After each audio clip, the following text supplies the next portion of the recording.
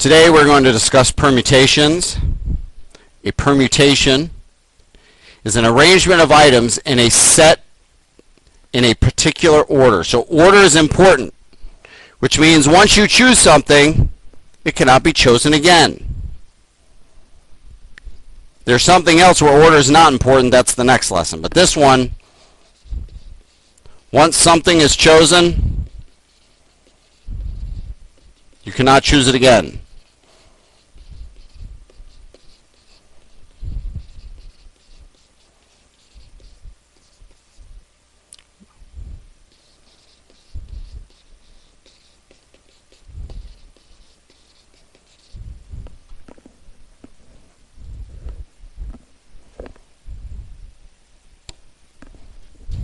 The math for this is we use the fundamental counting principle to find the number of possible permutations for a set. Then each time you pick an item, there's one less item for the next position. So for the fundamental counting principle, what mathematical operation were we performing? Add, subtract, multiply, or divide. Fundamental counting principle. How do we find the total number of outcomes? We multiplied. So we're going to multiply. However, there's something special with this. Since you are choosing something and the number of choices decreases each time, right? Like if I gave you, if I had 10 different pieces of candy, and I went up to Chris first and I said, Chris, pick a piece. How many choices does he have? 10. Then I go to the next Chris. How many choices does he have? 9, right? Unless he beats up the other Chris to take his, he'd have 10. But I'm not going to allow that, so he'd have 9. Then I would move to James. How many choices would he have? Then Doug would have. Steve, you would have. Priscilla, you would have. Leanne. Amanda. And you would have. You wouldn't have any choice at all. You're getting what's left, and you guys aren't getting anything because you're paying. 3. You would have 2. You wouldn't have any choice, and you're getting nothing because you're really a pain. Go ahead, keep it up. You get nothing for you. No soup for you. No candy for you. So what happened each time? When I went to the next person, they had one fewer choice, right? When that happens, now how many different choices were there? If we wanted to figure that out, we would do this. It's called factorial. It's not an exclamation point. That's English class. This is the number of permutations. So Chris, how many different choices would Chris have had? 10 factorial. Go ahead. Does everybody have a calculator? If not, get one now. You're definitely going to want it to figure this out. Because what you do is you take the number of numbers and multiply it by every number beneath it till you get to 1. So if you don't have a calculator, get one now. Okay, to figure out how many different combinations, permutations we have in this classroom of different kinds of ways, just 10 people can get candy, it would be this. We took those 10 pieces of candy, 10 factorial. Now on your calculator, if you have an OGT calculator, you will figure it out this way. You'll punch in 10 by hitting the 1 and the 10 key, right? Then you will hit the green inverse key. Then you're going to hit the M plus key, which is above and to the right of the number 9. And what do you get?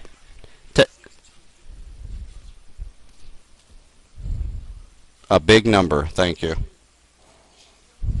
Oh wow, that is 3 million. 3,628,800.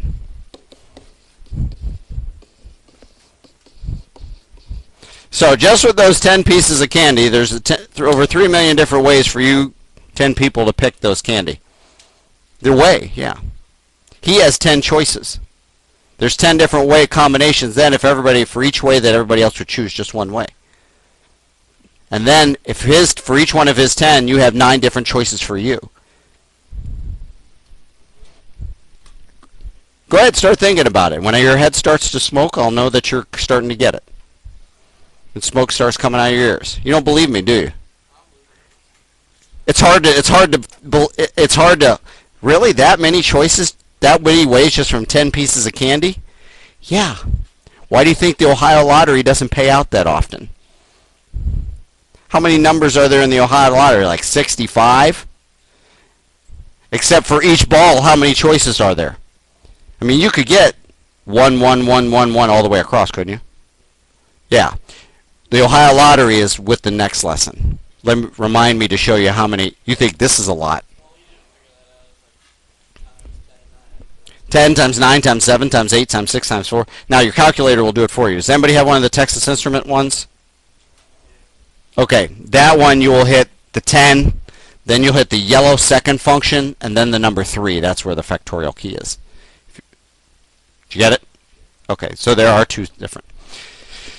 Now the factorial is useful because that is how you find a permutation. A permutation is just your total number of choices, then for each next choice there's one less. Like for this, how many different, we're calling them words, they're not actually words, can be made with the letters A, B, C, D, E if all the letters are used? Well, once I use the letter A, for the first letter, how many different choices do I have? 5, right? There's 5 different letters there. So for the first one, I can use 5. How many then do I have for the next letter? 4, then 3, then 2, then 1, right? That's 5 factorial, isn't it? And 5 factorial is 120. So I have 120 different ways to mix up those numbers just from those 5. Now what I want to know is, what if we only wanted to use some of those letters? Like we had all 5, but let's say we only wanted to use 2 of them, or 3 of them, or 4 of them. Well, then there would be something that's on your formula sheet that you'll be able to use, the formula sheet also on the test, is that. It's a permutation of n items chosen r at a time. What this means is this.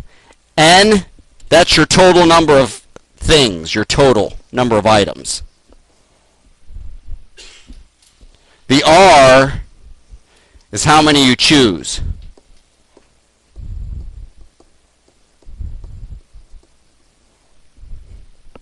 So N is the total number of things, R is how many you choose.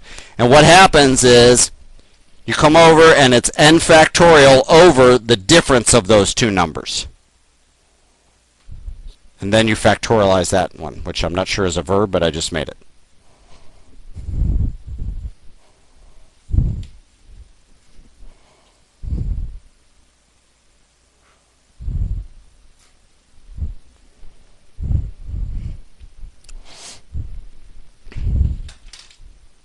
So how does this work?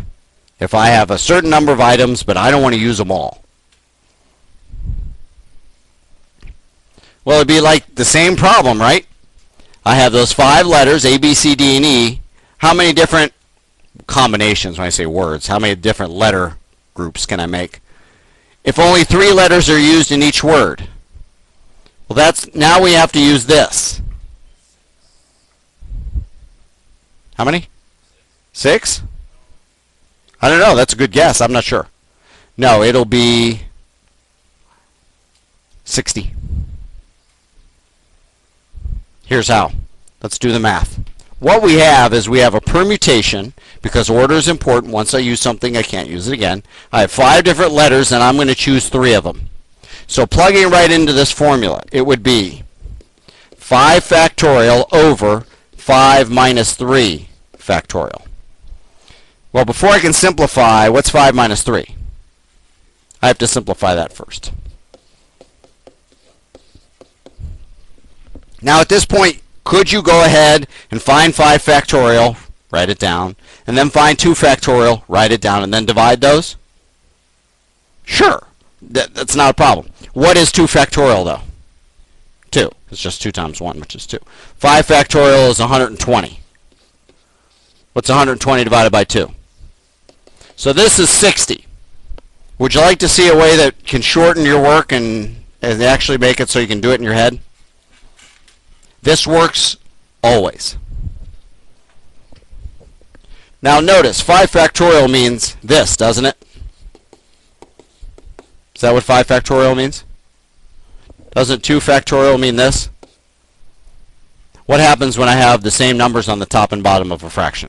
I can cross them out. They cancel. So what am I left with? 5, 4, 3. 5 times 4 is 20, times 3 is 60. That'll always work. So really, when I look at this, what I do is I subtract these two, get that number, and just count down from this to the number above that one and multiply those. 5 times 4 times 3. Because those will be the only numbers. They always cancel out top and bottom, and what you're left with are just these numbers on the top that are above this one. Doesn't matter, it'll cancel out always.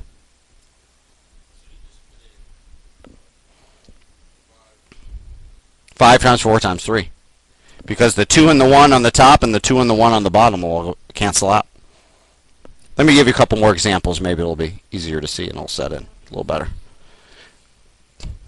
Factorial 4 times 2. What I would do is this. 4 minus 2 is 2.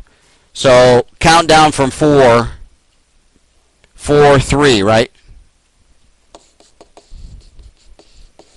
4 times 3 is 12. I'm stopping above this number. Now all this I can do in my head. 12 is the answer, yes. 4 factorial is 4 times 3 times 2 times 1, which is 24 over 2. 24 divided by 2 is 12. How much faster is that? I mean, you can't push the buttons in your calculator that fast. To do 4 factorial, write it down. 2 factorial, write it down, then divide. You can't. No way. Now, if you're comfortable with doing it that way, and you want to use your calculator, that's fine. It works. I'm just giving you choices. Let's try this one. What's 8 minus 5? 3. 8, 5, 4, 8, 7, 6, 5, 4. Right? 3, I know I have to stop above 3. 8, 7, 6, 5, 4. So I would just do 8 times 7 times 6 times 5 times 4. 6,020? 6720? Thank you. Go ahead and try it. What's 8 factorial? And then 8 minus 5 factorial is 3 factorial. What's 8 factorial, somebody? 40,320. What's 3 factorial is 6. 40,320 divided by 6 is? Better be 6720. Otherwise we just messed up. It's not.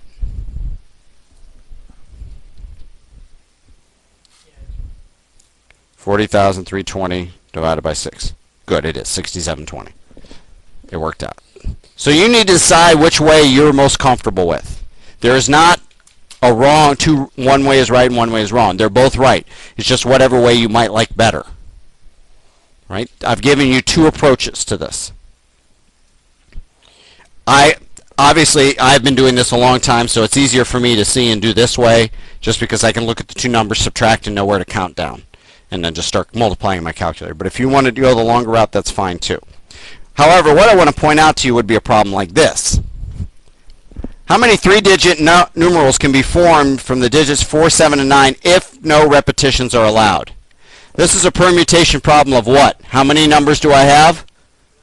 How many am I going to use? 3, choose 3. Now what's going to happen? Yeah, I chose this for a reason. What happens to the bottom number, Marcus? Go ahead. It cancels out and becomes 0. Yeah. 3 minus 0, 3 is 0. Definition. 0 factorial equals 1. Just go with me on it, okay? I learned why this was in college. That was a long time ago. All I can remember from it is it was long and it was a pain in the rear. And we don't have hours for me to explain it and try to remember it. So can we just agree? Just go with it. Trust me. 0 factorial is 1. So really, what is this? What am I left with?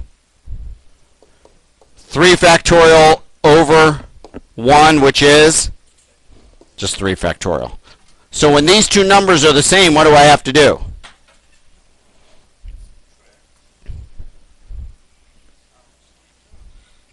Just that number factorial, right? This is the exact same kind of problem as, oops, this one, isn't it? Because you're using all the numbers. So when you use everything, it's just that number factorial. Because on the bottom, you're left with 1. Right? And this is 6. So there's 6 different ways to set up those 3 numbers. All right.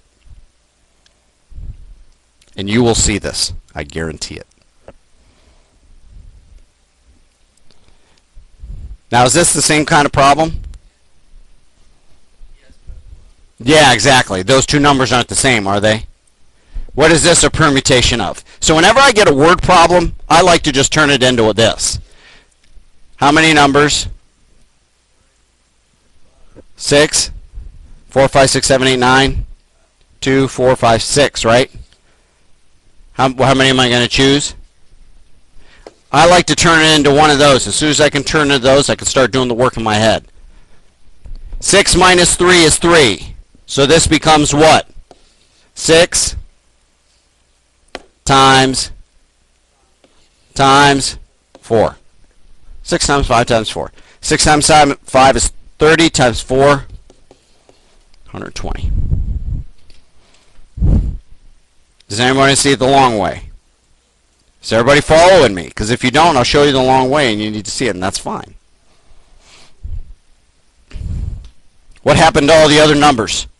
What happened to the 3, 2, and the 1? They canceled out because I had this on the top.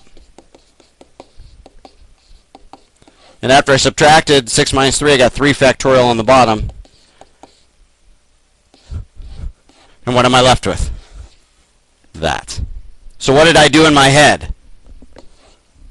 This part right here. I knew those would always cancel, so I just canceled those out in my head. And what I'm left with is all the numbers above after I subtract. Get the difference number. Alright, this will be a good one. It's almost lunchtime. A sandwich shop offers 6 toppings for their submarine sandwiches. Ham, turkey, cheese, lettuce, tomato, and onions. Exactly how many ways can the ingredients of a sandwich be arranged if exactly 2 ingredients are chosen from the menu? Any word problem like this. This is a probability of what? How many total items? How many can you choose? 2. 6 minus 2 is? So what 2 numbers do I multiply together? 6, 5. Right? What's 6 minus 2? 4. So I need all the numbers bigger than 4. 6 and 5, right? 30. 30 different ways. What happened to 4, 3, 2, 1? They canceled out, right? Top and bottom. So the farther apart these two numbers are, what happens? The fewer numbers I have to multiply, right? If it was 6, choose 1. 6 minus 1 is 5. There'd only be 6 different choices, right? If it was 6, choose 1. All right. This will be your homework tomorrow. 174 and 175, 1 to 25 all.